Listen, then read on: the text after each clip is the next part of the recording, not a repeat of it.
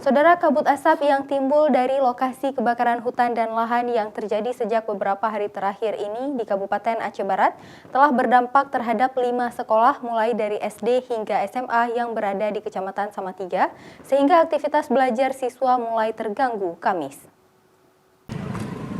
Meski kabut asap yang ditimbulkan dari lokasi kebakaran hutan dan lahan gambut semakin pekat pada saat pagi hari, mulai menyelimuti lingkungan sekolah yang berada di Kecamatan Samatiga.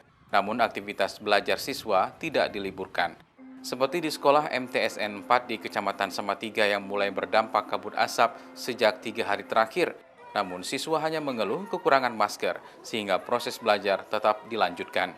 Untuk mengatasi keluhan siswa, para dewan guru meminta masker dari Puskesmas Samatiga dan Layeng untuk dibagikan kepada siswa untuk mengantisipasi dampak buruk terhadap siswa yang menghirup kabut asap kebakaran lahan gambut. Kami lihat dari jam pertama proses belajar mengajar ini ada anak-anak yang mengalami keluhan. Cuma katanya, Bu, banyak kali asap itu aja. Cuma belum ada mengalami keluhan, makanya kami nggak melapor ke Puskesmas. Kondisi kebakaran hutan dan lahan gambut di Kabupaten Aceh Barat yang terjadi selama beberapa hari terakhir ini semakin meluas. Setidaknya titik api yang tersebar di Kecamatan Bubon diperkirakan telah mencapai 29 hektar.